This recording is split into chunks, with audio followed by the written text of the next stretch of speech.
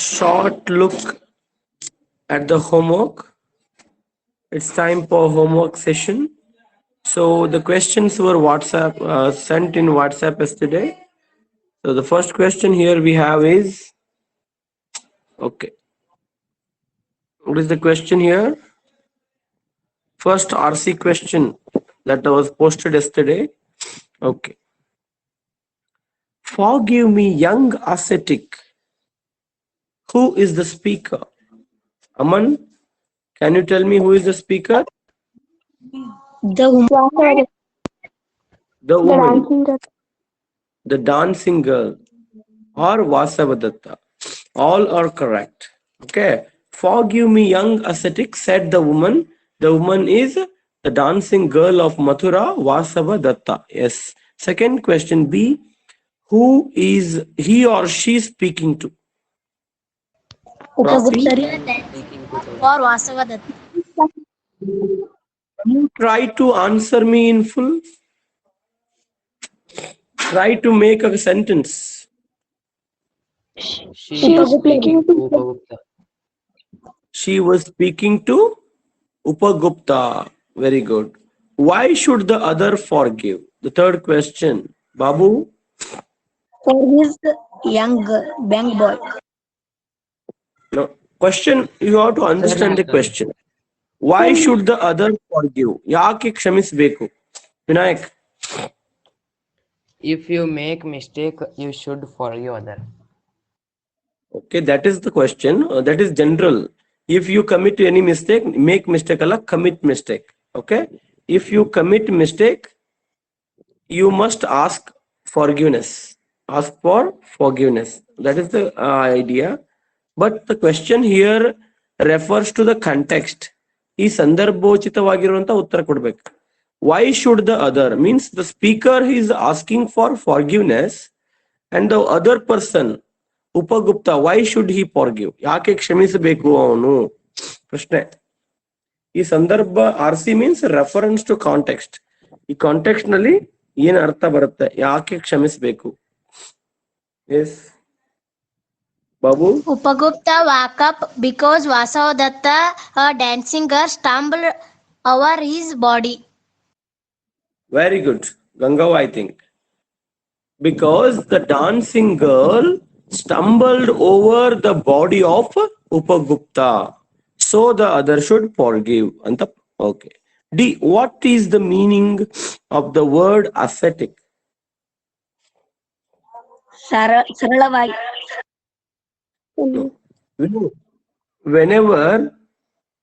Whenever we ask for meaning in RCs or any question, you must give the meaning in English only. Okay, for our understanding, we can give the meaning in Kannada, but in examination, we must give the meaning in English itself. Okay, what do you mean by ascetic? ಈಗಾಗಲೇ ಪುಸ್ತಕದಲ್ಲಿ ಇದೆ ಅದು. Let me show you. The question is here. Ascetic you can get here in the glossary section ಅಲ್ಲಿ ಇಲ್ಲ ಅದು. ಮುಂದೆ ಇದೆ. Here in C1 ಒಳಗದ ನೋಡ್ರಿ ಅದು. C1 ಒಳಗ page number 26 ಒಳಗದ. A religious person who leads a simple and strict life. A religious person who leads a simple and strict life. ಯಾರು? Ascetic. ಸರಳ ಮತ್ತು ಕಠಿಣತೆಯ ಜೀವನ ನಡೆಸುವ ಒಬ್ಬ ಧಾರ್ಮಿಕ ವ್ಯಕ್ತಿ ಅಥವಾ ಸನ್ಯಾಸಿ ಅಂತ ಕರಿಬಹುದು. You have to give answer in English. The one who lives a simple and strict life ಅಂತ ಹೇಳ್ಬೇಕು. Okay. Question 2. When the time is ripe I will come to you. Whose words are these, Vinay? Upagupta. See, always try to answer in complete sentence. Okay, that will enable you to construct the correct sentences. Yes, Adarsh.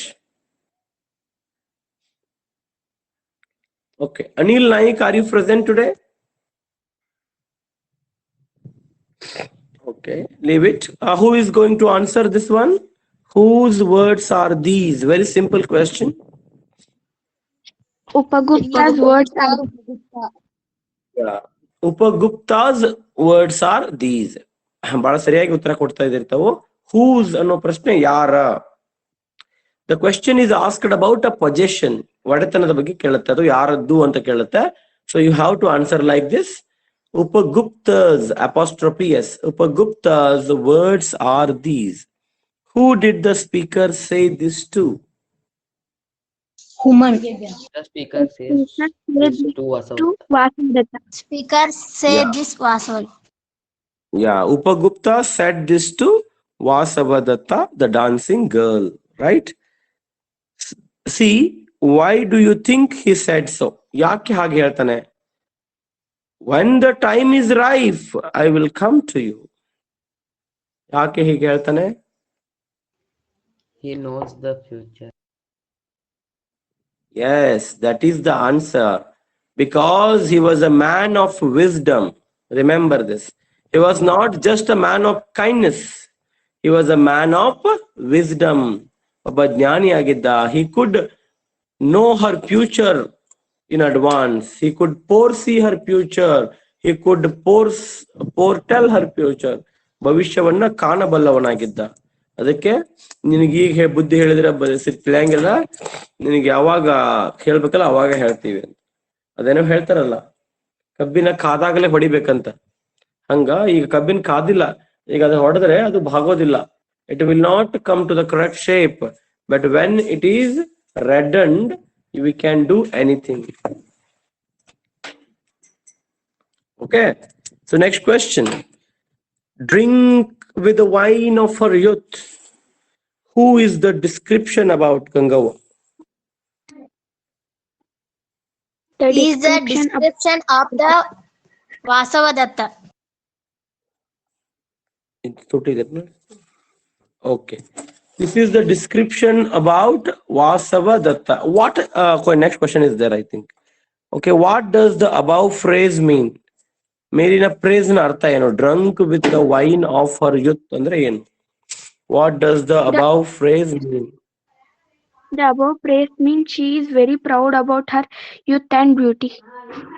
Very good. She was very proud of. Okay, she was very proud of her youth and beauty and wealth also. Okay, drunk with the wine of her youth. Prapti, can you add some more points to describe the girl, describe the dancing girl? ಈಗ ಒಂದು praise ಅನ್ನು ನಾವು ಹೇಳಿದ್ದೇವೆ ಹೆಂಗಿದ್ಳು ಆಕೆ ಅಂತ. But what other descriptions are given in the text book? ಮತ್ತೇನು ವರ್ಣನೆ ಮಾಡಿದ್ದಾರೆ? Yes, can you add something? Wealthy. Wealthy is okay. We are fixed with 3 words: youth, beauty, and wealth. Okay, no problem. She was young, beautiful, and wealthy. Correct. ಆದ್ರೆ ಪದ್ಯದಲ್ಲಿ ಏನನ್ನು ಮತ್ತೇನು ಹೇಳ್ತಾರೆ? It was the dancing girl starred with jewels, wearing a pale blue mantle, drunk with the wine of her youth. ಎಷ್ಟಿದೆ ನೋಡ್ರಿ ಇಲ್ಲಿ. She was a dancing girl, a famous and rich dancing girl, and she was shining with jewels, starring with jewels. Starring means ನಕ್ಷತ್ರದಂತೆ ಹೊಳೆಯುವ. okay, shining like stars. Very good. Okay, ಇಷ್ಟು ನಾವು ನೋಡಿದ್ದೇವೆ ನಿನ್ನೆ. Okay, are there any doubts so far? Ravichandra. Yeah, I'm really sorry because I have got a runny nose and I could not help with that. Okay, anyway, let's continue the beautiful story of Upagupta and Vasavadatta. Okay, yesterday we have discussed the first half of the poem where the 2 characters met for the first time.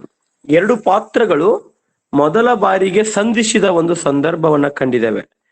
It was a day in Which month? It was a day in? August. Yeah, come on. August. August. Yeah. It was the day. It was a sorry. It was a day. It was a night of August. And how was the night described? Can you anybody? How was the night described? Night ಅನ್ನ ಹೇಗೆ ವರ್ಣಿಸಿದ್ದಾರೆ? Yes, anyone can come up and answer, Chaitra?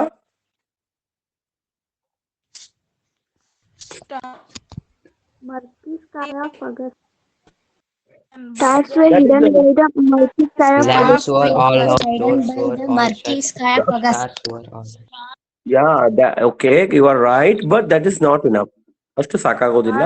You have to say that lamps were all out, doors were all shut, and stars were all hidden by the murky sky of August. Why do you think the sky was murky? ಮೋಡರಿ ಅಲ್ಲ ಯಾಕೆ ಮರ್ಕೆ ಆಗಿತ್ತಂದ್ರ it was a rainy season ಹೌದಾ the sky was full of clouds, so the night was murky. And what does it indicate?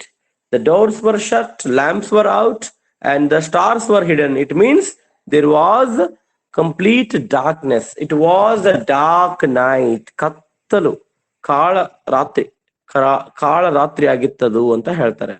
And where was Upagupta sleeping?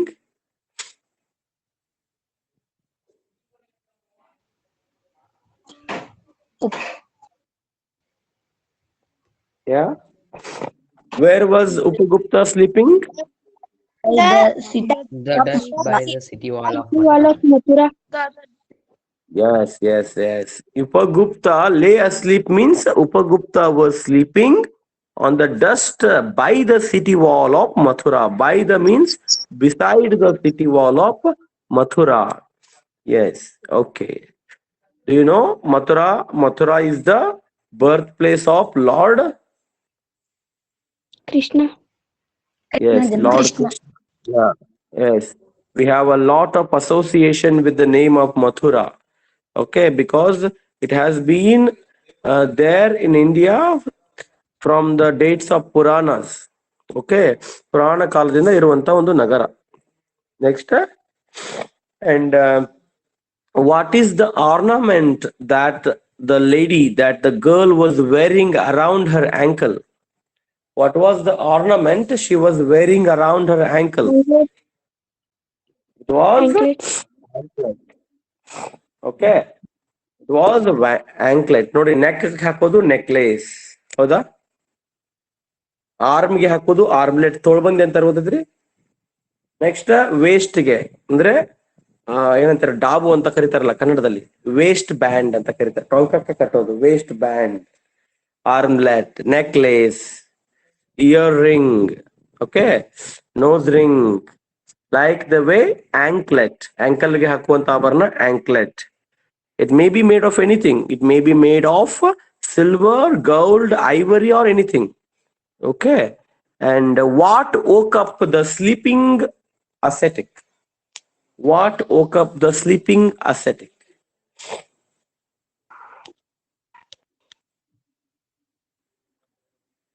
Yes. He woke up, startled, and the light from a woman's. What woke him up, ಅವನನ್ನ ಎಚ್ಚರ ಮಾಡಿದ್ದು ಯಾವುದು, ಅವನು ಹೇಗೆ ಎಚ್ಚರ ಆದ ಅಂತ.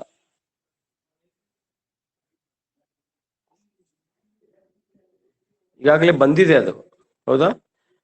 The women's feet touched his breast. Okay, or the woman stumbled over his body, so the ascetic woke up startled, right? How were his eyes? How were his eyes described? He's forgiving.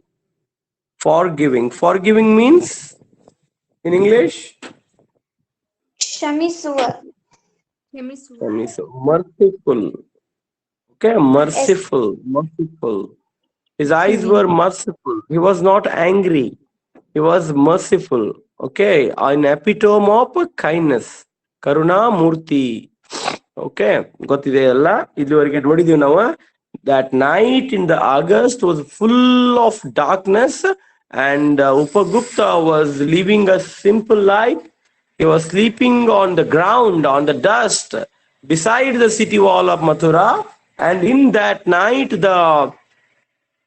the woman with pride, ಗರ್ವ ತುಂಬಿದಂತ ಹೆಣ್ಮಗಳು Vasavadatta, she came with her lamp. She was carrying a lamp, but she was so proud of her beauty, youth and wealth that she was not looking at the feet. ಕಾಲ್ ಕಡೆಗೆ ನೋಡ್ತಾ ಇಲ್ಲ. ಹೌದಾ, ಬಾಗುವ ಸ್ವಭಾವ ಇಲ್ಲ ಅವಳಲ್ಲಿ, because she was full of pride. And suddenly she stumbled over the body of sleeping Upagupta, and he was woken up and startled. ಅವನು ಎಚ್ಚಕಿತನಾಗಿ ಎಚ್ಚರಗೊಂಡು ನೋಡ್ತಾನೆ. And the light fell on his eyes. ಆಕೆಯ ದೀಪದ ಬೆಳಕು ಬಿದ್ದಾಗ ನೋಡ್ತದೆ ಅವನ ಕಣ್ಣುಗಳು ಎಷ್ಟು ಕರುಣೆ ತುಂಬಿದೆ, ಏನೋ ತಪ್ಪಾಗಿರ್ಬೇಕು ಅಂತ. He was not angry at anyone. His eyes was full of mercy.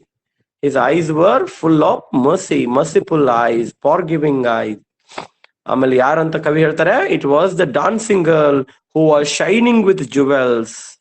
ತನ್ನ ಶ್ರೀಮಂತಿಕೆ ಪ್ರದರ್ಶನ ಮಾಡ್ತಾ ಇದ್ಳು. ಹೌದಾ, because he was starring with jewels in the night, and her dress was, she was wearing a pale blue mantle, not dark blue, pale blue. And drunk with the wine of her youth, means she was proud of her youth and beauty. ಸೌಂದರ್ಯದ, ಯೌವನದ ಅಥವಾ ತಾರುಣ್ಯದ ನಶೆ ಅವಳಲ್ಲಿ ತುಂಬಿಬಿಟ್ಟಿದೆ. She lowered her lamp to see that the young ascetic's face was austerely beautiful.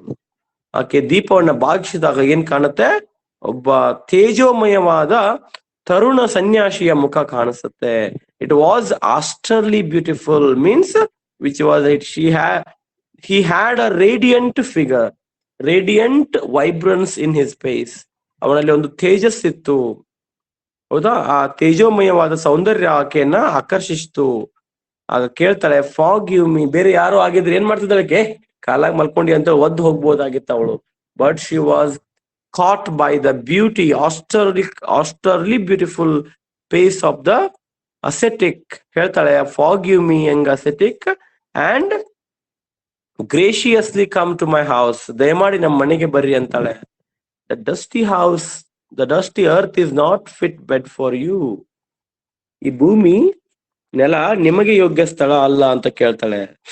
And ಆಗ ಕವಿ ಅವನು ಹೇಳ್ತಾನೆ, ಉಪಗುಪ್ತ, ಅವನಿಗೆ ಗೊತ್ತಲ್ಲ, he was an epitome of kindness, wisdom and selflessness.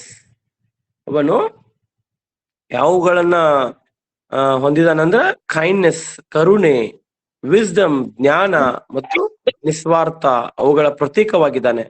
ಹಾಗಾಗಿ ಅವನು ಹೇಳ್ತಾನೆ, woman go on your way, when the time is ripe I will come to you. ನೋಡ್ರಿ, ಅವನು ಹೇಳ್ತಾನೆ ಮುಂದೆ, because he could know her future, ಅವಳ ಭವಿಷ್ಯ ಏನಾಗುತ್ತೆ ಅಂತ ಅವನಿಗೆ ಗೊತ್ತು. ಅದಕ್ಕೆ ಹೇಳ್ತಾನೆ, when the time is ripe I will come to you. ಸಮಯ ಪಕ್ವವಾದಾಗ, ಸರಿಯಾದ ಸಮಯಕ್ಕೆ ನಾನು ನಿನ್ನ ಹತ್ರ ಬರುವೆ ಅಂತ ಪ್ರಾಮಿಸ್ ಮಾಡ್ತಾನೆ. ಓಕೆ, ಆಗ ಮುಂದೆ ಅಷ್ಟ್ರಲ್ಲಿ ಏನಾಯ್ತು ಅಂದ್ರ, there was some dramatic change in the sky. The sky became more frightening. ಆ ಆಕಾಶ ಭಯಂಕರ ಭಯಾನಕವಾಗಿ ಬದಲಾಗುತ್ತೆ. ಕವಿ ಏನ್ ಮಾಡ್ತಾರೆ, the poet has employed personification here. ಚೇತನ ಗುಣೋಕ್ತಿ ಅಲಂಕಾರವನ್ನ ಬಳಸಿದ್ದಾರೆ. ಹೌದಾ, suddenly the black night showed its teeth in a flash of lightning, and the storm growled from the corner of the sky. ಗಾಳಿ ಗುರ್ರ ನಕ್ಕಿತ್ತು. ಆಮೇಲೆ ಆ ಒಂದು ಮಿಂಚಿನ ಬೆಳಕಲ್ಲಿ ಆ ಬ್ಲಾಕ್ ನೈಟ್ ತನ್ನ ತನ್ನ ಟೀತ್ ಅಂದ್ರೆ ಹಲ್ಲನ್ನ ತೋರಿಸ್ತು ಅಂತ. ಅದೆಲ್ಲವನ್ನ ಏನಪ್ಪಾ ಅಂದ್ರ ಸಿಂಬಾಲಿಕ್ ಆಗಿ, ಸಾಂಕೇತಿಕವಾಗಿ ಬಳಸ್ತಾರೆ. ಅದರಿಂದ ಆಕೆ ಹೆದರಿ ನಡುಗ್ತಾಳೆ. She trembled in fear of some unknown danger. ಏನೋ ಆಗುತ್ತೇನೋ ಅಂತ ಅಂಜಿ ನಡುಗ್ತಾಳೆ. ಹಾಗಾದ್ರೆ ಮುಂದೆ ಏನಾಗುತ್ತೆ ಅನ್ನೋದನ್ನ ಈ ಒಂದು ಸೆಕೆಂಡ್ ಭಾಗದಲ್ಲಿ ನೋಡೋಣ. Please take a look closely. Okay, is my screen visible? Yes. Okay. sir. A year has not yet passed. It was evening of a day in April. The branches of the wayside trees were full of blossom. Gay notes of the flute came floating in the warm spring air from afar. Upagupta passed through the city gates and stood at the base of the rampart. Was that a woman lying at his feet in the shadow of the mango grove? Struck with the black pestilence, her body spotted with the sores of smallpox, she was hurriedly driven away from the town to avoid the poisonous contagion. The ascetic sat by her side, took her head on his knees, and moistened her lips with water, and smeared her body with the sandal balm. Who are you, merciful one? Asked the woman. The time at last has come to visit you, and I am here, replied the young ascetic. ಹಾಗಾದ್ರೆ ನೋಡಿದ್ವಿ ನಾವು, when the two characters Upagupta and Vasavadatta met, it was a dark night of August. ಅದೊಂದು August ತಿಂಗಳ ಕತ್ತಲಿನ ರಾತ್ರಿ ಆಗಿತ್ತು. ನಾನು ಭೇಟಿ ಆಗೇ ಆಗ್ತೀನಿ, ನಿನ್ಗೆ ಬರ್ತೀನಿ, ಈಗ ಬರಂಗಿಲ್ಲ. I will come some other day when the time is right. ಸಮಯ ಸರಿಯಾಗಿದ್ದಾಗ ಬರ್ತೇನೆ ಅಂತ ಅವನು ಹೇಳಿರ್ತಾನೆ. ಮುಂದೆ ನೋಡ್ರಿ ಏನಾಗುತ್ತೆ. ಎರಡನೇ ಸಂದರ್ಭ, year has not yet passed. Passed. A year has not yet passed. ಒಂದು ವರ್ಷವೂ ಕಳೆದಿಲ್ಲ. ಈ ಘಟನೆ ಆಗಿ ಒಂದು ವರ್ಷವೂ ಕಳೆದಿಲ್ಲ. It was evening of a day in April. This time it was not night, but it evening. ಇದು ಸಲ ಅದು ಏನಾಗಿತ್ರಿ? ಈವ್ನಿಂಗ್ ಆಗಿತ್ತು. It was evening of a day in April. April ತಿಂಗಳಿನ ಒಂದು ಸಂಜೆ, ಹೌದಾ? ವಸಂತ ಕಾಲ, ದ ಟೈಮ್ ಆಫ್ ಸ್ಪ್ರಿಂಗ್. ವಸಂತ ಕಾಲ ಬಂದಾಗ ಮಾವು ಚಿಗುರಲಿ ಬೇಕು ಅಂತಾರಲ್ಲ, ಗಿಡಗಳೆಲ್ಲ ಅರಳಿ ನಿಲ್ಲುವಂತಹ ಕಾಲ, ಹೌದಾ? ಅಂದ್ರೆ ಚಳಿಗಾಲದ ದೇಶಗಳಲ್ಲಿ ಅಥವಾ ಚಳಿ ಹೆಚ್ಚು ಇರುವಂತ ಪ್ರದೇಶಗಳಲ್ಲಿ ಏನಾಗತ್ತೆ, ಹಿಮ ಕರಗಿ ಗಿಡಗಳು ಏನಪ್ಪಾ ಅಂದ್ರ ನೀರ್ ಹೆಚ್ಚಾಗಿ ಏನಪ್ಪಾ ಅಂದ್ರ ಹಸಿರು ಮೇಳೈಸುವಂತಹ ಒಂದು ಕಾಲ, ಅದಕ್ಕೆ ಸ್ಪ್ರಿಂಗ್ ಸೀಸನ್ ಅಂತ ಕರೀತಾರೆ. That is the most enjoyable season in the cold areas. Okay, ಅದಕ್ಕೆ ಕವಿ ಹೇಳ್ತಾನೆ, it was evening of a day in April. ಅದು ಏಪ್ರಿಲ್ ತಿಂಗಳಿನ ಸಂಜೆ in spring season. Spring season means ವಸಂತ ಋತು. ಯಾವ ಋತು ರೀ? ವಸಂತ ಋತು. ಗ್ರೀಷ್ಮ ಋತುಕ್ಕಿಂತ ಮೊದಲು ಬರುವಂಥದ್ದು. ಅಂದ್ರೆ ಖಡಕ್ಕಾದ ಬಿಸಿಲು ಬರ್ತೈತಲ್ರಿ ಮೇ ತಿಂಗಳಿನಲ್ಲಿ, ಅದಕ್ಕಿಂತ ಮೇ ತಿಂಗಳಲ್ಲಿ ಸುಡು ಬಿಸಿಲು ಇರ್ತೈತಿ, ಅದಕ್ಕಿಂತ ಮುಂಚೆ ಬರುವಂತಹ ಬಿಸಿಲಿನ ಕಾಲಕ್ಕೆ ಋತುಗೆ ಏನಂತೀವಿ ನಾವು? ಸ್ಪ್ರಿಂಗ್, ವಸಂತ ಅಂತ ಕರಿತೇವೆ. ವಸಂತ ಋತುವಿನಲ್ಲಿ ಹೆಂಗಿತ್ತಂದ್ರ, the beauty of nature is described in this stanza. The branches of the wayside trees were full of blossom. The branches of the wayside trees. Wayside, ದಾರಿ ಪಕ್ಕದ. Wayside trees, their branches, ಆ ದಾರಿ ಪಕ್ಕದ ಮರಗಳ branches. Branches ಅಂದ್ರ, what do you mean by branches? ಶಾಖೆಗಳನ್ನು ರೀ. ಹೌದಾ? ಹೌದಾ. ಒಂದು ಸಂಸ್ಥೆ ಇದ್ರೆ ಅದ್ರ ಶಾಖೆಗಳಿರ್ತಾವ, ಗಿಡ ಇದ್ರೆ ಅದ್ರ ಶಾಖೆಗಳಿಗೆ ಏನಂತೀವಿ ನಾವು? ಟೊಂಗೆ ಅಂತ ಕರಿತೇವೆ. ಹೌದಾ? ಅದ್ರ ಶಾಖೆನ ಹೌದಿಲ್ಲ. The branches of the way side trees were full of blossom. Blossom ಅಂದ್ರೆ ಮೊಗ್ಗು, ಹೂವು. ದಾರಿ ಪಕ್ಕದ ಗಿಡಗಳ ಟೊಂಗೆಗಳೆಲ್ಲ ಅರಳಿ ನಿಂತಿದ್ದಾವೆ. They were full of flowers, full of blossom. Got it? ಈಗ ಬೇಸಿಗೆಯಲ್ಲಿ ಕೆಂಪು ಗಿಡ ಇರ್ತಾವ ನೋಡ್ರಿ, ನೀವೆಲ್ಲ ಸಂಕೇಶ್ವರಿ ಗಿಡ ಅಂತ ನೆನಪದರಿ? Gulmohar. Gulmohar, the real name of the tree is Gulmohar.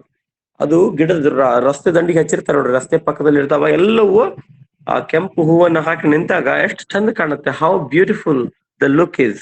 ಹಾಗೆ ಎಷ್ಟು ಚಂದ ಚಂದ್ರ ನಿಸರ್ಗ. It is April and the spring season and the trees were full of blossom. ಹಸಿರು ಹೂಗಳಿಂದ ತುಂಬಿ ತುಳುಕ್ತಾ ಇದ್ದಾವೆ.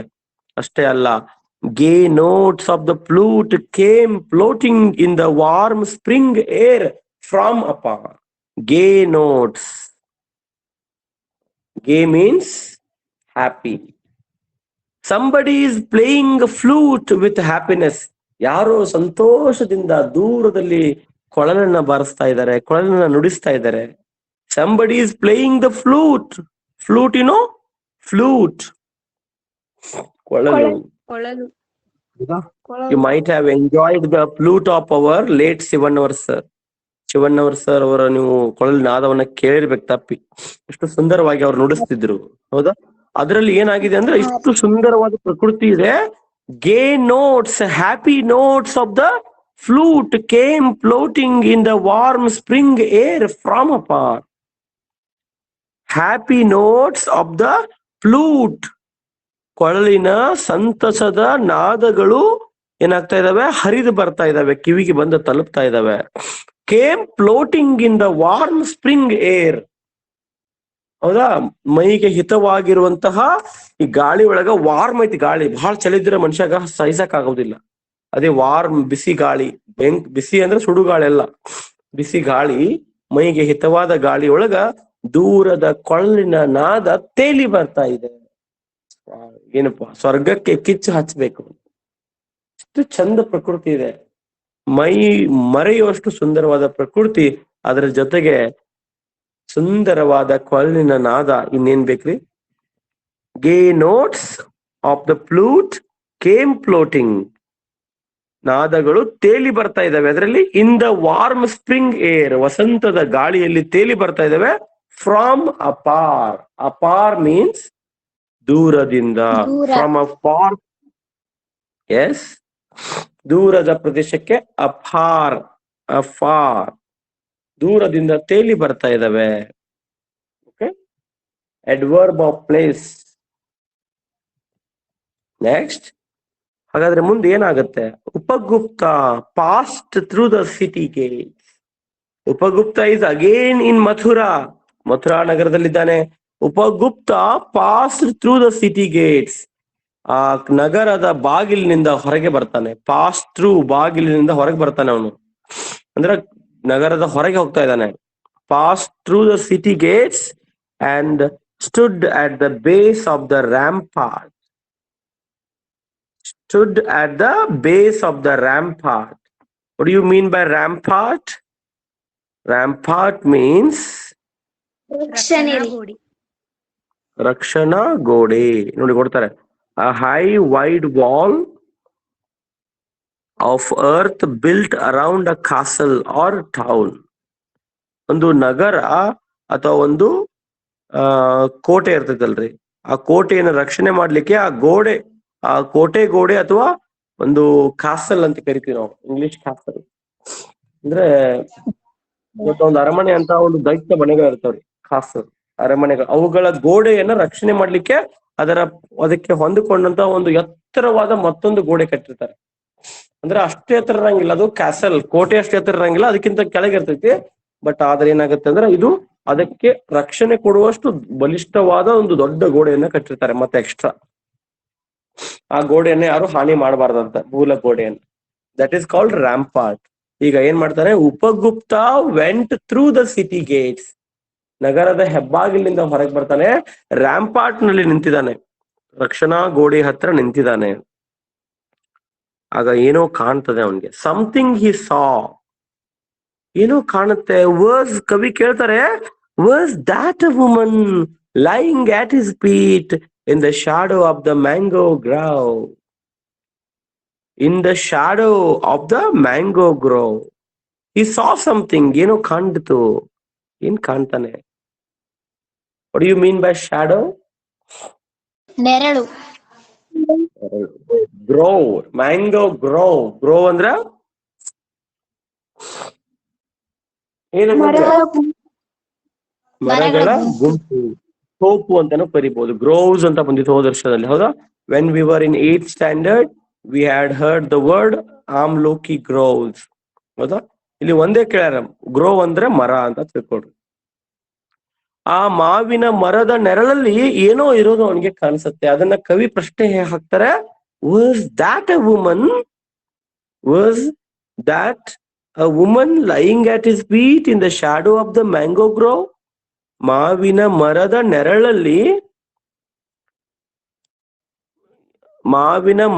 ನೆರಳಲ್ಲಿ ಲೈಯಿಂಗ್ ಆಟ್ ಹಿಸ್ ಫೀಟ್, ಉಪಗುಪ್ತನ ಕಾಲಡಿಯಲ್ಲಿ ಬಿದ್ದಿರುವ ಹೆಣ್ಣು ಮಗಳು ಅವಳೇನಾ? ಅವಳು ಅಂದ್ರೆ ಗೊತ್ತಾಯ್ತಲ್ಲ, the woman we have met in the August, ಹೌದಾ? ಅವಳು ದಿಕ್ಕಾಪಾಲಾಗಿ ಊರ ಹೊರಗೆ ಗಿಡದ ಕೆಳಗಡೆ ಬಿದ್ದಿದ್ದಾಳೆ. Lying at the feet of somebody, ಬೇರೆಯವರ ಕಾಲಡಿಯಲ್ಲಿ ಬಿದ್ದಿದ್ದಾಳೆ, ಅವಳೇನಾ ಅಂತ ಕೇಳ್ತಾರೆ. ಹಾಗಾದ್ರೆ ಅವಳೇ, she was the girl, she was the dancing girl. ಹಾಗಾದ್ರೆ why was she lying on the dusty ground under the shadow of the mango grove outside the city? ನಗರದ ಹೊರಗೆ ಗಿಡದ ಕೆಳಗೆ ನೆಲದ ಮೇಲೆ ಬಿದ್ದಿದ್ದಳು. ಯಾಕೆ ಅಂತಂದ್ರೆ ನೋಡ್ರಿ, struck with the black pestilence. She was struck with the black pestilence. Underline black pestilence. What do you mean by black pestilence? ಇಲ್ಲಿ ಕೊಡ್ತಾರೆ ನೋಡ್ರಿ, any infectious disease that spreads quickly and kills a lot of people. Black pestilence means ಸೋಂಕು ರೋಗ, ಅಂಟು ಜಾಡ್ಯ, ಒಬ್ಬರಿಂದ ಒಬ್ಬರಿಗೆ ಹರಡುವಂತ ರೋಗ. ಅದಕ್ಕೇನಂತಾರೆ black pestilence. Present day we all are doing the fighting with the black pestilence, ಹೌದಾ? ನಾವು ಒಂದು ಅಂಟು ರೋಗಕ್ಕೆ ಹೋರಾಡ್ತಾ ಇದ್ದೇವೆ. ಯಾವ್ದದು? ಕೋವಿಡ್, ಹೌದಾ? ಕೋವಿಡ್-19 ಅನ್ನುವಂತಹ ಒಂದು ರೋಗದ ವಿರುದ್ಧ ಹೋರಾಡ್ತಾ ಇದ್ದೇವೆ. As of course the virus that causes the disease is coronavirus, novel coronavirus, ಹೌದಾ? ಓಕೆ, ಹಾಗಾದ್ರೆ ಮುಂದೆ ನೋಡ್ರಿ, ಆಗಿನ ಕಾಲಕ್ಕೆ ಜಗತ್ತಿನಲ್ಲಿ ಒಂದು ದೊಡ್ಡ ಮಾರಕ ರೋಗ ಇತ್ತು. ಅದು ಯಾವ್ದಂದ್ರೆ ಸ್ಮಾಲ್ ಫಾಕ್ಸ್. ಗೊತ್ತಿದೆಯಲ್ಲ ನಿಮ್ಗೆ smallpox? Lal Bahadur Shastri's daughter had contracted it. Lal Bahadur Shastri ಅವರ ಮಗಳಿಗೆ ಕೂಡ ಈ ರೋಗ ಆಗಿತ್ತು. ಇದನ್ನ ಹೋದ ವರ್ಷ ಕೇಳಿದಿರ್ಬೇಕಲ್ಲ ನಾವು, ಹೌದಲ್ಲ? ಈ ಸಿಡುಬು ರೋಗ ಅಂದ್ರೆ ಒಂದು ಸುಮಾರು ಸಾವಿರಾರು ವರ್ಷಗಳ ಕಾಲ ಜಗತ್ತನ್ನು ಕಾಡಿದಂತ ಒಂದು ಮಹಾಮಾರಿ. ಏನಾಗಿದೆ ಅಂದ್ರೆ ಇವತ್ತು ಅವತ್ತು she was the woman then was proud of her beauty, youth and wealth. ತನ್ನ ತಾರುಣ್ಯ, ಶ್ರೀಮಂತಿಕೆ ಮತ್ತು ತನ್ನ ಸೌಂದರ್ಯದ ಒಂದು ಗರ್ವದಲ್ಲಿ ತುಂಬಿ ಹೋಗಿದ್ದಳು. ಆದ್ರೆ ಇವತ್ತು ಏನಾಗಿದ್ದಾಳೆ, ನಗರದ ಹೊರಗೆ ಬಿದ್ದು ಬಿಟ್ಟಿದ್ದಾಳೆ. ಯಾಕಂದ್ರೆ struck with the black pestilence, ಅಂಟು ರೋಗ ಒಂದು ಅವಳಿಗೆ ತಾಗಿದೆ. ಸ್ಟ್ರಕ್ ಅಂಟಿಕೋ. Her body spotted with the sores of smallpox. See, her body spotted, ಮೈ ಎಲ್ಲ ಕಲೆ ಆಗಿದೆ. ಕಲೆಗಳು ಅಂತ ಅಂತಿರ್ಲಿ ನೀವು, ಕಲೆ, ಸ್ಪಾಟ್, ಕಲೆಯಾಗು, ಅಲ್ಲೆಲ್ಲ ಕಲಿ ಬೀಳ್ತಾವಲ್ರಿ. ಹರ್ ಬಾಡಿ, ಯಾಕೆ ಮೈಯೆಲ್ಲ ಕಲೆ ಆಗಿದೆ ಅಂದ್ರೆ ಹರ್ ಬ್ಯೂಟಿ ಇಸ್ ಗಾನ್, ಅವಳ ಸೌಂದರ್ಯ ಹಾಳಾಗಿ ಹೋಯ್ತು ಇವಾಗ. Her body spotted with sores of smallpox. ಸಿಡುಬು ರೋಗದ ಗಾಯಗಳಿಂದ ಮೈಯೆಲ್ಲ ಕಲೆ ಆಗ್ಬಿಟ್ಟಿದೆ. ಸಿಡುಬು ರೋಗ ಮೈಯೆಲ್ಲ ಗಾಯ ಆಗ್ತಾವ್ರಿ. ಅದರಲ್ಲಿ ಕೀವು ತುಂಬಿ ಅವು ಸೋರಿ ಅವೆಲ್ಲ ಒಂದೇನಪ್ಪ ಅಂದ್ರೆ ಮೈ ತುಂಬಾ ಕಲೆಗಳಾಗ್ತವೆ, ಮೈ ಎಲ್ಲ ವಿಕಾರಗೊಳ್ಳುತ್ತೆ, ಹೌದಾ? ಮುಖ ಪ್ಲೇನ್ ಇದ್ದಿದ್ದು ಒಂದು ಕಚ್ಚಾ ರಸ್ತೆ ಇರ್ತೈತಲ್ರಿ, ಮುಖ ಅಷ್ಟೇ ಯಾಕೆ ಇಡೀ ದೇಹವೇ ಹಾಗಾಗುತ್ತೆ.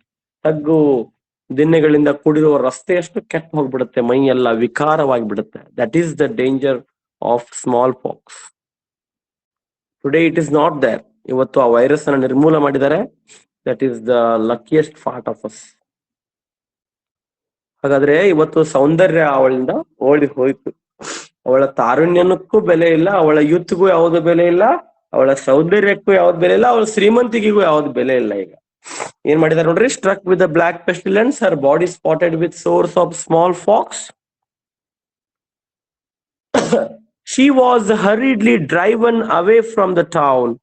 ಅವಳಿಗೆ ಸಿಡುಬು ರೋಗ ತಾಕಿದ ತಡ. When she contracted smallpox, the moment she was struck with smallpox, she was hurriedly driven away from the town. ಅವಳನ್ನ ಅವಸರದಿಂದ ನಗರದ ಹೊರಗೆ ಹಾಕಿದ್ರು. Hurriedly means ರಭಸ ಅವಸರದಿಂದ. ಅವಸರದಿಂದ, ಇಲ್ಲಿ ಅವಸರದಿಂದ ಲೇಟ್ ಮಾಡೋದು ಬೇಡ ಅಂತ ಹೇಳಿ ಆಕೆ ನಗರದಿಂದ ಹೊರಗೆ ಹೋದ್ ಒಗದ್ ಬಿಟ್ರು. ಡ್ರೈವನ್ ನಾವ್ ಅವಳನ್ನ ಹೋಗ್ತಾವಂದ್ರು, ಆಕೆ ಇರ್ತಾವಂದ್ರು ಬಿಡ್ಲಿಲ್ಲ ಆಕೆನ. ನಾ ಶ್ರೀಮಂತದನಿ, ನಾನು ಮನ್ಯಾಗ ಇರ್ತೀನಿ ಅಂದ್ರೆ ಇಲ್ಲ. ಶಿ ವಾಸ್ ಡ್ರೈವನ್ ಅವೇ. ಆಕೆಯನ್ನು ನಗರದ ಹೊರಗೆ ಹೋಗಿ ಬಿಸಾಕ್ ಬಿಡ್ತಾರೆ. ಯಾಕೆ ಬಿಸಾಕ್ತಾರೆ, ಹೊರಗೆ ಹಾಕ್ತಾರೆ ಅಂದ್ರ to avoid her poisonous contagion. You might have heard this word contagion. The film Contagion has now become very popular. Contagion means, what do you mean? The spreading of disease by contact. Okay, sonku. Contagion means sonku. ಆ ರೋಗದ ಸೋಂಕು ನಮಗೆ ಅಂಟ್ಕೊಳ್ಬಾರ್ದು ಅಂತ ಹೇಳಿ to avoid, ತಪ್ಪಿಸಲು, to avoid her poisonous ಕಾಂಟೇಜನ್, ಅವಳ ಅಂಟೂರು ಸೋಂಕನ್ನ ತಪ್ಪಿಸಲಿಕ್ಕೆ ಏನ್ ಮಾಡಿದಾರ, ಆಕೆನ ನಗರದಿಂದ ಹೊರಗೆ ಹಾಕಿದ್ದಾರೆ. ನೋಡಿ, what is the use of her youth, beauty and wealth. ಅವಳ ಸೌಂದರ್ಯಕ್ಕೆ ಇಡೀ ನಗರವೇ ಮಾರು ಹೋಗಿತ್ತು. ಅವತ್ತು ಶ್ರೀಮಂತರ ಮನೆಯಲ್ಲಿ ಕುಣಿದು ಅಥವಾ ಎಲ್ಲರ ಸ್ನೇಹವನ್ನ ಗಳಿಸಿ ಹೆಸರಾಗಿದ್ದಳು ಅವತ್ತು. She was very famous all over Mathura. But ಇವತ್ತು ಅದೇ ಜನ ಆಕೆಯನ್ನು ಏನ್ ಮಾಡಿದಾರೋ, they have driven away her from the town. ಅದಕ್ಕೆ there is no value for beauty, youth and wealth. ಹೌದಾ, ಇವ್ಯಾವು ಪರ್ಮನೆಂಟ್ ಅಲ್ಲ. These all are temporal, not eternal, permanent, ಶಾಶ್ವತ ಸತ್ಯಗಳಲ್ಲ. ಅದಕ್ಕೆ ಮುಂದೆ ಏನಾಗುತ್ತೆ ನೋಡ್ರಿ, ಎಲ್ಲವೂ ಹಾಳಾಗಿ ಹೊರಗೆ ಹೋಗ್ಬಿದ್ದಾಳ. ಯಾರೊಬ್ರು ಕೂಡ ಆಕೆಗೆ ದಯೆ ತೋರಿಸ್ತಾ ಇಲ್ಲ. No one is merciful. The people who had enjoyed her company is not, they are not showing mercy on her. ಎಂದು ಯಾರು ಆಕೆಯ ಸಾಂಗತ್ಯವನ್ನ ಸಂತೋಷದಿಂದ ಕಳೆದಿದ್ರು ಅವರೇ ಕೂಡ ಆಕೆ ಜೊತೆಗೆ ಏನಪ್ಪಾ ಅಂದ್ರ ಸರಿಯಾಗಿ ನಡ್ಕೊಂಡಿಲ್ಲ, ಎಲ್ಲರೂ ಹೊರಗೆ ಹಾಕ್ಬಿಡ್ತಾರೆ. ಹೌದಾ, ದ ಅಸೆಟಿಕ್. ಆದ್ರೆ ಇವತ್ತು ಯಾರು ಆಕೆಗೆ ಒಂದು ಹನಿ ನೀರು ಕೊಡಿಸೋರಿಲ್ಲ. ಆದ್ರೆ ಇವತ್ತು ಏನಾಗತ್ತೆ ನೋಡ್ರಿ, ಉಪಗುಪ್ತ ಹೊರಗೆ ಬಂದ್ ನಿಂತಾನೆ. ಗಿಡದ ಕೆಳಗ ಒಬ್ಳು ಹೆಣ್ಮಗಳು ಬಿದ್ದಾಳೆ ಗಿಡದ ಕೆಳಗ, ರೋಗ ಆಗಿ, ಸೋಂಕು ರೋಗ ಆಗಿ. ಯಾರು ಆಕೆನ ಮುಟ್ಟಂಗಿಲ್ಲ. ಆಕೆ ಹತ್ರ ಹೋದ್ರೆ the people fear of some contagion. The ascetic sat by her side. ಆಗ ಸನ್ಯಾಸಿ ಅವಳ ಪಕ್ಕದಲ್ಲಿ ಕೂತ್ಕೊಳ್ತಾನೆ. sat by her side, took her head on his knees. ಆಕೆಯ ತಲೆಯನ್ನ ತನ್ನ ಮೊಣಕಾಲುಗಳ ಮೇಲೆ ಇಟ್ಕೊಳ್ತಾನೆ, ಕಾಲುಗಳ ಮೇಲೆ ಇಟ್ಕೊಳ್ತಾನೆ. ನೋಡ್ರಿ, the ascetic sat by means beside, ಪಕ್ಕದಲ್ಲಿ. Sat by her side, took her head on his knees. ಅವಳ ಕಾಲ್ಗಳನ್ನ ಆಕೆಯ ತಲೆಯನ್ನ ತನ್ನ ಕಾಲುಗಳ ಮೇಲೆ ಇಟ್ಕೊಳ್ತಾನೆ, ಅಂದ್ರೆ ಮೊಣಕಾಲ್ ಮೇಲೆ ಇಟ್ಕೊಂಡು. And moistened her lips with water. ನೀರು ಅಂತ ಹಾಪಿಸ್ತಾ ಇದ್ದಾರೆ, ಪರಿತಪಿಸ್ತಾ ಇದ್ದಾರೆ. ಆಕೆಗೆ ಒಂದು ಹನಿ ನೀರು ಕೂಡ ಗತಿ ಇಲ್ಲ ಈಗ. ಅಂಡ್ ಉಪಗುಪ್ತ ಏನ್ ಮಾಡ್ತಾನೆ, and moistened her lips with water. He wetted her lips with water. ನೀರು ತೆಗೆದುಕೊಂಡು ಅವಳ ಒಣಗಿದ ತುಟಿಗಳನ್ನ ತೊಯಿಸ್ತಾನೆ. ಮಾಯ್ಸನ್, ಮಾಯ್ಸನ್ ಮೀನ್ಸ್ ಒದ್ದೆ ಮಾಡು, ನೀರು ಉಣಿಸು ಅಂತ ಬರ್ಕೊಳ್ಳಿ. ಆಕೆಯ ಒಣಗಿದ ತುಟಿಗಳಿಗೆ ನೀರು ಉಣಿಸ್ತಾನೆ. ವಾವ್, ಎಂತಹ ಕರುಣಾ ಮೂರ್ತಿರಿ ಅವನು. ಅದಕ್ಕೆ ಇಂಟ್ರೊಡಕ್ಷನ್ ಅಲ್ಲಿ ಏನ್ ಕೊಡ್ತಾರ್ರಿ, ಏನೋ ಒಂದು ಪ್ರೇಸ್ ಅನ್ನ ಯೂಸ್ ಮಾಡಿದ್ದಾರೆ ಅವನ ಒಂದು ವರ್ಣನೆಯಲ್ಲಿ. What is the phrase used in his description? Epitome of kindness. Wonderful ಪ್ರಾಪ್ತಿ. ಎಪಿಟೋಮ್ ಆಫ್ ಕೈಂಡ್ನೆಸ್, ಕರುಣಾ ಮೂರ್ತಿ. ಕರುಣಿಗೆ ಇನ್ನೊಂದು ಹೆಸರೇ ಉಪಗುಪ್ತ. ಕರುಣೆ ಅನ್ನೋದು ಅವನ ರೂಪದಲ್ಲಿ ಬಂದಿದೆ ಧರೆಗೆ. ಹೌದಾ? ಅದಕ್ಕೆ ಹೇಳ್ತಾರೆ and moisten her lips with water and smeared her body with sandal balm. Her body ಏನಾಗಿದೆ ರೀ? Her body is full of sores of smallpox. ಸಿಡುಬಿನ ಕಲೆಗಳು, ಸಿಡುಬಿನ ಗಾಯಗಳಾಗಿದಾವೆ ಅವಳಿಗೆ. He smeared her body with sandal balm. ಗಂಧದ ಮುಲಾಮು, balm ಅಂತೀರಿ ನೋಡ್ರಿ, ನೀವೆಲ್ಲ ತರಿಸ್ತಿರಲ್ಲ, Zandu balm. You might have heard Zandu balm, Tiger Balm. ಹೌದಾ? ಬಾಮ್ ಅಂದ್ರೆ ಏನ್ರಿ? ಮುಲಾಮು. ಗಾಯಕ್ಕೆ ಹಾಕುವ ಔಷಧಕ್ಕೆ ಏನಂತಾರ? ಬಾಮ್ ಅಂತ ಕರೀತಾರೆ. ಬಟ್ ಎಂತ ಮುಲಾಮ್ ಅದು? Sandal. Don't mistake, okay? Sandal does not mean the footwear here. ಕಾಲಲ್ಲಿ ಹಾಕುವ ಸ್ಯಾಂಡಲ್ ಅಲ್ಲ, ಶ್ರೀಗಂಧ ಸ್ಯಾಂಡಲ್. ಶ್ರೀಗಂಧದ ಮುಲಾಮನ್ನ ಆಕೆಯ ಮೈಗೆಲ್ಲ ಬಳಿತಾನೆ. Smeared her body with sandal balm. Smear means ಬಳಿ, ಹಚ್ಚು. ಆಕೆಯ ನೋವು ಗಾಯಗಳಿಗೆಲ್ಲ ಗಂಧದ ಮುಲಾಮು ಹಚ್ತಾನೆ. ಆಕೆಗೆ ಶಾಕ್ ಆಗುತ್ತೆ, ಯಾರಪ್ಪ? She was not able to identify the man. ಈ ಹಿಂದೆ ಯಾರನ್ನ ಆಕೆ ಕರೆದಿದ್ಲು, ಮನೆಗೆ ಇನ್ವೈಟ್ ಮಾಡಿದ್ಲು, ಅದೇ ವ್ಯಕ್ತಿ ಬಂದಾನ, ಆದ್ರೆ ನೀರು ಉಣಿಸಿದಾನ, ಆಕೆ ಗಾಯಕ್ಕೆ ಔಷಧಿ ಹಚ್ಚಿದಾನ, ಆದ್ರೆ ಆಕೆ ಗುರುತು ಹಿಡಿಲಿಕ್ಕೂ ಕೂಡ ಏನಪ್ಪಾ ಅಂದ್ರ ಆಕೆಗೆ ಸಾಧ್ಯ ಇಲ್ಲ. This is called irony. Irony ಅಂತ ಕರಿತೀವಿ ನಾವು, ವ್ಯಂಗ್ಯ. ಹೌದಾ? Who are you merciful one ಅಂತ ಕೇಳ್ತಾರೆ. ಆಕೆ ಸೋತು ಹೋಗಿದ್ದಾಳೆ. Who are you merciful one? ಕರುಣಾಮಯಿ ನೀನ್ ಯಾರು? She was not able to identify the ascetic. ಅದೇ ಸನ್ಯಾಸಿಯನ್ನ ಗುರುತು ಹಿಡ್ಲಿಕ್ಕೆ ಆಗ್ತಾ ಇಲ್ಲ ಆಕೆಗೆ, ಅಷ್ಟು ವೀಕ್ ಆಗಿದ್ದಾಳೆ, ಅಷ್ಟು ರೋಗಿಷ್ಠಳಾಗಿದ್ದಾಳೆ. She was so unhealthy, sick. ಹೌದಾ? Who are you merciful one ask the woman. ಆ ಹೆಣ್ಮಗಳು ಕೇಳ್ತಾಳೆ, ಸ್ತ್ರೀ ನೀನ್ ಯಾರು ಕರುಣಾಮಯಿ ಅಂತಂದಾಗ ಉತ್ತರ ಕೊಡ್ತಾನ್ರಿ, the time at last has come to visit you and I am here. ಅವತ್ತೇನ್ ಹೇಳಿದ್ದವನು ಆಗಸ್ಟ್ ಕೊನೆಯಾಗ? What was his reply? When the time is right, I will come. Yes, when the time is ripe, I will come to you. ಸಮಯ ಪಕ್ವವಾದಾಗ ನಿನ್ನ ಬಳಿ ಬರುವೆ ಅಂತ ಹೇಳಿದ್ದ. ಇವತ್ತು ಬಂದ್ಬಿಟ್ಟಿದಾನ. He has kept his promise. ತನ್ನ ಮಾತನ್ನ ಉಳಿಸಿದಾನ. ಆಕೆಗೆ ಹಿಂಗ ಆಗ್ತೈತೆ ಅಂತ ಗೊತ್ತಿತ್ತು ಅವನಿಗೆ. ಹೌದಾ? ಅವತ್ತು ಆಕೆಗೆ ಬುದ್ಧಿ ಹೇಳಿ, ನೋಡಮ್ಮ, ಸೌಂದರ್ಯ, ವಯಸ್ಸು ಇವೆಲ್ಲ ಕ್ಷಣಿಕ, ಸರಿಯಾದ ಮಾರ್ಗದಲ್ಲಿ ನಡಿ, ಸನ್ಮಾರ್ಗದಲ್ಲಿ ನಡಿ, ಟ್ರೆಡ್ ದ ಪಾತ್ ಆಫ್ ಧರ್ಮ, ಧರ್ಮದ ದಾರಿಯೊಳಗೆ ನಡಿ ಅಂತ ಹೇಳಿದ್ರೆ ಕೇಳ್ತಿದ್ರಲ್ಲ ಆಕೆ? ಇಲ್ಲ. ಹೌದಾ? ಅವಾಗ ಕಬ್ಬಿನ ಕಾದಿರ್ತಿಲ್ಲ. ಅದು ಇವತ್ತು ಆಕೆ ಯಾವ ಪರಿಸ್ಥಿತಿ ಒಳಗದ ಅಂದ್ರ, ಈಗ ಪೂರ್ತಿಯಾಗಿ ಏನಾಗ್ತದ ಅಂದ್ರ ಉಪಗುಪ್ತನಿಗೆ ಶರಣಾಗಿ ಧರ್ಮಾರ್ಗಿ ಆಗ್ಬೇಕಾಕಿ. ಹೌದಾ?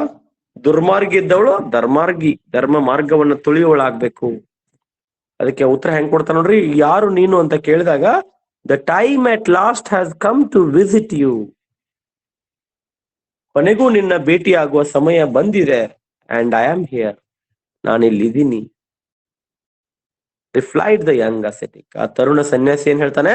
The time at last has come to visit you and I am here, replied the young acetic.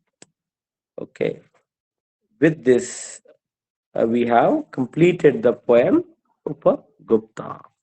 So in the poem, I suppose you all have enjoyed this beautiful story.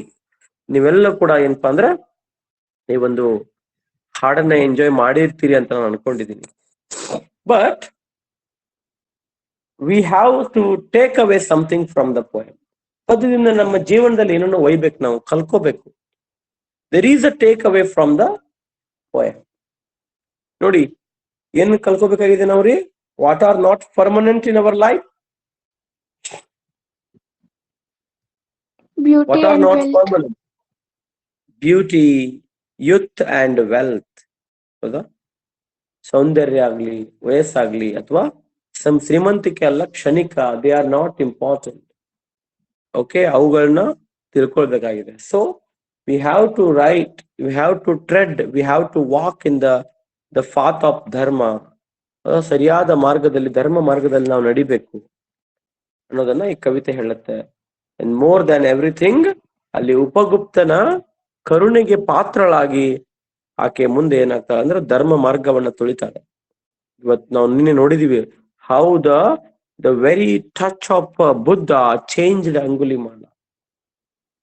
ಬರೀ ಬುದ್ಧನ ಸ್ಪರ್ಶಕ್ಕೆ, ಬುದ್ಧನ ಒಂದು ಸಾಮೀಪ್ಯ ಸಿಕ್ಕ ಕೂಡಲೇ ಆ ಕ್ರೂರ ಅಂಗುಲಿಮಾಲ ಹೇಗೆ ಒಬ್ಬ ಧರ್ಮಾತ್ಮನಾಗ್ತಾನೋ, ಹಂಗೆ this time Upagupta, his compassion, his mercy changed the life of Vasavadatta. ಆ ವಾಸವದತ್ತಳ ಜೀವನದಲ್ಲಿ ಬದಲಾವಣೆಯನ್ನ ತರ್ತಾಳೆ. ಓಕೆ, ಇನ್ನು ಈ ಪದ್ಯದಲ್ಲಿ ಕವಿ ಏನಪ್ಪಾ ಅಂದ್ರೆ, he has employed some poetic devices like imagery and personification and even irony. ನಿನ್ನೆ ಒಂದು ಅಲಂಕಾರ ಬಗ್ಗೆ ನಾವು ಮಾತಾಡಿದೀವಿ, ಯಾವ್ದು ಪರ್ಸಾನಿಫಿಕೇಶನ್. ಅದ್ರ ಬಗ್ಗೆ ಇನ್ನಷ್ಟು ಹೆಚ್ಚು ನಾವು ಮುಂದಿನ ತರಗತಿಯಲ್ಲಿ ತಿಳ್ಕೊಳ್ಳೋಣ. ನಿರ್ಜೀವ ವಸ್ತುಗಳಿಗೆ ಜೀವ ಇರುವಂತೆ, ಅಂದ್ರೆ ಮನುಷ್ಯನ ಒಂದು ಗುಣಗಳನ್ನ ಆರೋಪಿಸುವಂತಹ ಒಂದು ಅಲಂಕಾರ. ಅದನ್ನ ಇಲ್ಲಿ ನೋಡಿದೀವಿ. ಕೊನೆಯ ಲೈನ್ ಒಳಗ, ಕೊನೆಯ ಸ್ಟಾಂಜಾ ಒಳಗ we have seen the use of what, irony, ವ್ಯಂಗ್ಯವನ್ನು ಕೂಡ ನೋಡಿದ್ದೇವೆ. Okay, so do you have any doubts so far? ಏನಾದ್ರೂ ಡೌಟ್ಸ್ ಇದೆಯಾ? ಏನಾದ್ರೂ ಕೇಳ್ಕೊಳ್ಬೇಕಾ Adarsh? Okay okay, I feel very happy that you stayed with me for this long. Because of some okay, I have got a cold, I have got a cold, and sometimes I'm not okay. Even then I tried my best to revisit the poem Upagupta. I hope you have understand it correctly, and the poem is more and more enjoyable, and you will enjoy by read it again and again. And I will post the homework in your WhatsApp group. Okay, in the next class I will discuss the figures of speech like personification and other things like irony with some more examples. Okay, happy Nagara Panchami to all, and see you in the next class. Do you have any doubts? ಸರಿ, ಪುಸ್ತಕ ಕೊಡತ್ತೇರಿ? Sorry, books are not in stock actually. ಹಳೆ ಪುಸ್ತಕಗಳೆಲ್ಲ ಆಗಿದಾವೆ. If they are available, I will let you know. Okay, if you don't have any doubts in the poem, I would like to wind up my session. Okay, thank you. If you have doubts, post me in WhatsApp. See you.